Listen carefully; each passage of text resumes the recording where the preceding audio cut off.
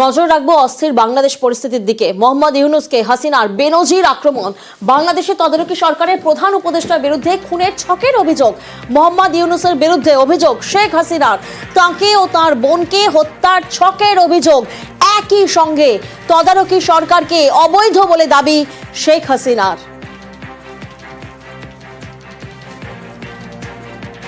এবার তো একটাই লক্ষ্য ছিল, তার মেটিকুলাস ডিজাইনই ছিল ইউনূস সাহেবের আমাকে দুই বোনকে হত্যা করা। কাজেই আবার বাংলাদেশ ফিরে আসবে, মুক্তিযুদ্ধের চেতনা গড়ে উঠবে, শহীদের রক্ত কখনো বৃথা যেতে পারে না, এটাই আমার কথা।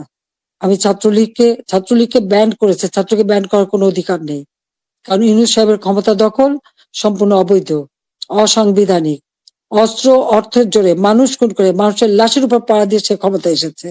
এভাবে অন্যায় করে যারা ক্ষমতা আসে, এই ক্ষমতা কিছুদিন ভোগ করতে পারে, কারণ নিজে ট্যাক্স দেবে না, মানুষের উপর ট্যাক্সের বোঝা চাপাবে, ভ্যাট বসাবে, জনগণের ভাত দিতে পারবে না, পুলিশের পোশাক বদলায়, পাকিস্তানিদের পোশাকের সাথে মিলিয়ে পোশাক পরায়, কৃষক চাষ করতে পারে না, সার পায় না, সেচ পায় না, শ্রমিক কাজ পায় না, শ্রমিকদের বেকার করে দেয়, অথচ নিজের অর্থ সম্পদ ঠিকই আছে এবং অর্থ পাচার করা অব্যাহত রেখে দিয়েছে। এবং বাংলাদেশের মানুষকেও বলবো, আপনারাও এই অন্যায়ের প্রতিবাদ করবেন, প্রতিরোধ গড়ে তুলবেন, বাংলাদেশকে এভাবে ধ্বংস হতে দেবেন না। আমি আছি আপনাদের পাশে। বাংলাদেশের মুক্তিযুদ্ধের ইতিহাস মুছে ফেলার চেষ্টা চলছে, বুলডোজার দিয়ে ভেঙে ফেলা হচ্ছে ইতিহাস। আক্রমণ শেখ হাসিনা, তিনি বলেন এভাবে ইতিহাসকে ধ্বংস করা যায় না। মন্তব্য মুজিব কন্যার। আমাদের মুক্তিযুদ্ধের ইতিহাস আমাদের গৌরবের ইতিহাস, আমাদের বিজয়ের ইতিহাস। এই ইতিহাসকে মুছে ফেলতে পারবে না। আমি জানি এটা মুছে ফেলার চেষ্টা হচ্ছে, সংবিধানকে ধ্বংস করা, জাতীয় পতাকা ধ্বংস করা, অনেক চেষ্টাই করা হয়েছে, কিন্তু লাখো শহীদের রক্তের বিনিময়ে যে পতাকা পেয়েছি, যে সংবিধান পেয়েছি, যে স্বাধীনতা পেয়েছি, তা ওই কয়েকজন বুলডোজার দিয়ে ভেঙে গুড়িয়ে দেবে এ শক্তি তাদের হয়নি এখনো। এটা তাদের দুর্বলতার প্রকাশ। তারা একটা দালান ভাঙতে পারে, কিন্তু ইতিহাসকে তারা ধ্বংস করতে পারে না। ইতিহাস কিন্তু তার প্রতিশোধ নেয়, এটাও তাদের মনে রাখতে হবে। একবার মুছে ফেলা হয়েছিল ৭৫-এর পর, এরপর আবার এখন শুরু। যারা এটা করছে তারা তাদের হীনমন্যতার পরিচয় দিচ্ছে। তাদের কাছে বোধহয় বাংলাদেশের স্বাধীনতাটা পছন্দ হয় না, ওই পাকিস্তানিদের মানে অধীনে থাকা আর তাদের পদলেহন করাটাই তাদের বোধহয় পছন্দ। বাড়ি পুড়িয়ে দেওয়া হচ্ছে, লুট করা হচ্ছে। ৩২ নম্বর বাড়ি আমরা ব্যক্তিগতভাবে ব্যবহার করিনি, সেই বাড়ি ভেঙে ফেলা হচ্ছে। কেন? এই বাড়ির কি অপরাধ? কেন এত ভয় এই বাড়ি নিয়ে? আমি দেশের মানুষের কাছে বিচার চাই। আমি কি আপনাদের জন্য কিছু করিনি? এই বাড়ি থেকে স্বাধীনতার ঘোষণা করেছিলেন জাতির পিতা। ছাত্র সমাজের কাছে আমার কোনো রাগ নেই, ছাত্র সমাজ দূরে থাকুন, এই ধ্বংসে অংশগ্রহণ করবেন না, বার্তা শেখ হাসিনার। আমি তো আমার নিজের জন্য কিছু করতে যাইনি, একমাত্র ৩২ নম্বর বাড়িটা, সেটাও তো আমি জনগণকে দান করে দিয়েছি আমরা দুই বোন। হ্যাঁ, জাতির পিতা পরিবারের নিরাপত্তা দেওয়ার জন্য একটা আইন করা হয়েছিল, সেই সূত্রে একটা বাড়ি রেহানাকে থাকতে দেওয়া হয়েছিল। গণভবন তো সরকারি, সেটা ভাঙা চোরা লুটপাট দুই হাতে লুট করা হয়েছে। এমনকি ডক্টর ইউনূস নিজেই ওখানে চলে গেছেন তার সমন্বয়দের সাথে নিয়ে, উপদেষ্টাদের সাথে নিয়ে, তিনিও বোধহয় লুটপাট করতে গিয়েছিলেন। আর ৩২ নম্বর, এটা তো আমরা কোনো ব্যক্তিগতভাবে ব্যবহার করিনি। মিউজিয়াম সারা বিশ্বের অনেক বড় বড় নেতারা এসেছেন, রাষ্ট্রপ্রধান এসেছেন, সরকার প্রধান এসেছেন, ওই বাড়ি ভিজিট করেছেন। আজকে সেই বাড়িটা ভেঙে ফেলা হচ্ছে। ওই বাড়িটাকে কেন এত ভয়? আমি দেশের মানুষের কাছে আজকে বিচার চাই, আমি দেশের জনগণের কাছে বিচার চাই। বলুন আপনারা, আমি কি আপনাদের জন্য কিছুই করিনি?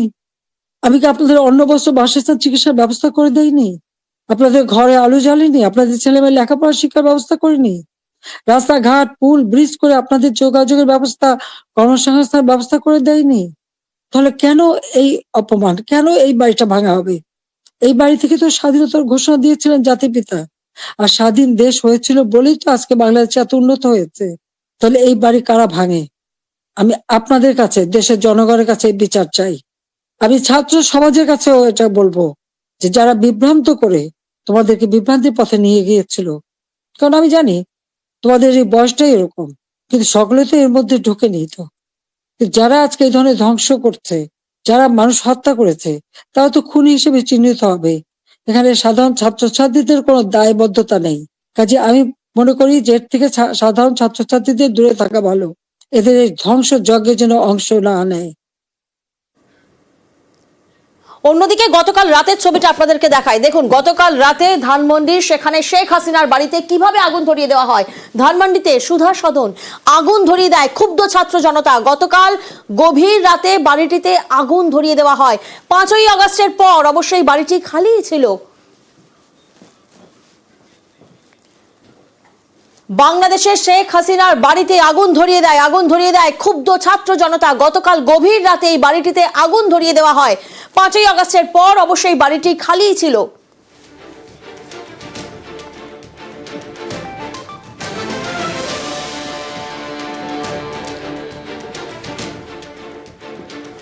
শেখ হাসিনার অনলাইন ভাষণের ঘোষণার পরই পাল্টা কর্মসূচি বৈষম্য বিরোধী ছাত্র আন্দোলনের। বুলডোজার মিছিলের ডাক। খুলনাতে যে ছবি এই মুহূর্তে আপনারা দেখছেন, খুলনাতে শেখ বাড়িতে ভাঙচুর করা হয়। বুলডোজার দিয়ে চলে বাড়ি ভাঙচুর। 6 মাস আগেও এখানে ভাঙচুর চালায় বিক্ষুব্ধরা। বুলডোজার মিছিলের ডাক দেয় তারা। গত বছরের 5ই আগস্ট শেখ হাসিনার পতনের আগের দিন 4 আগস্ট খুলনায় এই শেখ বাড়িতে ভাঙচুর চালায় ছাত্র জনতা। দফায় দফায় ভাঙচুরের পর আগুন ধরিয়ে দেওয়া হয় এই বাড়িটিতে। লাল প্রাচীর ঘেরা নগরীর শেরে বাংলা রোডের দোতলা এই বাড়ির কোনো নাম ফলক নেই, কিন্তু সবাই একে শেখ বাড়ি নামেই চেনেন। ক্ষমতাচ্যুত প্রধানমন্ত্রী শেখ হাসিনার চাচাতো 5 ভাইয়ের বাড়ি এটি।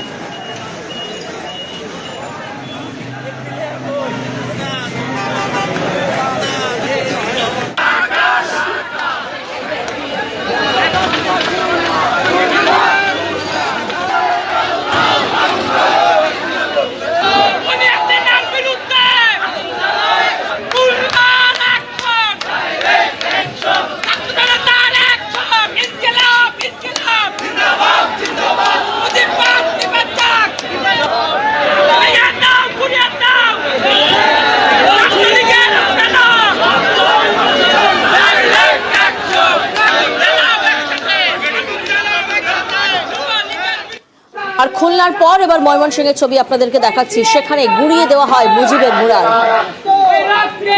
দফায় দফায় উত্তেজনা, ভাঙচুর। খুলনার পর এই মুহূর্তে ময়মনসিংহের ছবি আপনারা দেখছেন। সেখানে গুড়িয়ে দেওয়া হয় মুজিবের মুরাল।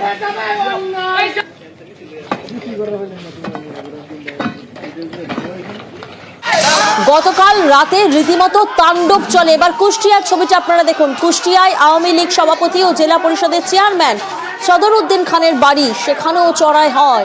রাতে তার বিলাসবহুল 7তলা বাড়ির সামনে মশাল মিছিল হয়। রাস্তায় আগুন ধরিয়ে বিক্ষোভ দেখান ছাত্র জনতা।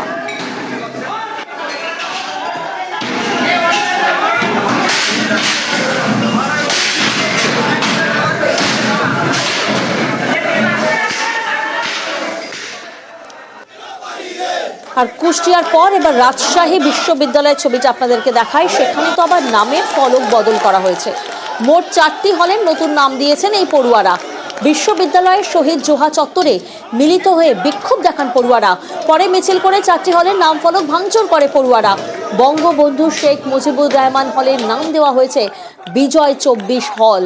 নির্মীয়মান শেখ হাসিনা হলের নতুন নাম ফাতিমা আল ফিরিয়া।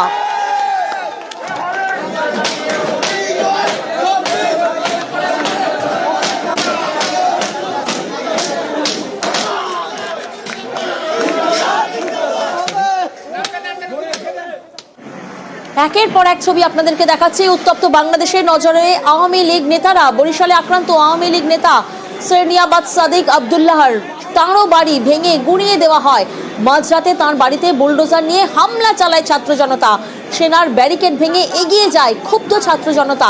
বাড়ি ভাঙার পাশাপাশি চলে আওয়ামী লীগ বিরোধী স্লোগানও।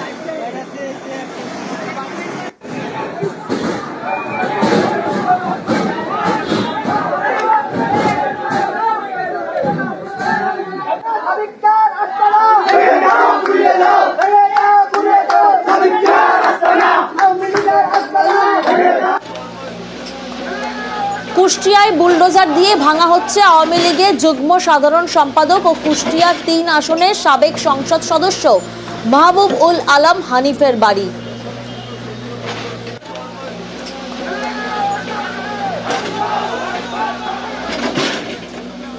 বুধবার রাত 10টার দিকে শহরের পিটিআই সড়কে তিনতলা বাড়িটি বৈষম্য বিরোধী ছাত্র জনতার ব্যানারে ভাঙা শুরু হয়। এর আগে গত 4 আগস্ট ও 5 আগস্ট এই বাড়িতে ভাঙচুর চালিয়ে আগুন ধরিয়ে দেওয়া হয়েছিল, চলেছিল লুটপাট।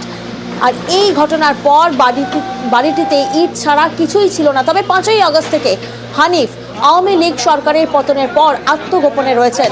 প্রত্যক্ষদর্শীরা জানায় একটি বুলডোজার নিয়ে প্রথমে বাড়ির প্রধান ফটক ও সীমানা প্রাচীর গুঁড়িয়ে দেওয়া হয়। ছাত্র জনতা স্লোগান দিতে থাকে, স্বৈরাচারের আস্তানা জ্বালিয়ে দাও, পুড়িয়ে দাও বলে স্লোগানিং করতে থাকে। আর এই সময় বাড়ির সামনে অনেকেই ভিড় করে। রাত 10টা থেকে 10:30 পর্যন্ত হানিফের বাড়িতে ভাঙচুর চালান বিক্ষুব্ধ ছাত্র জনতা।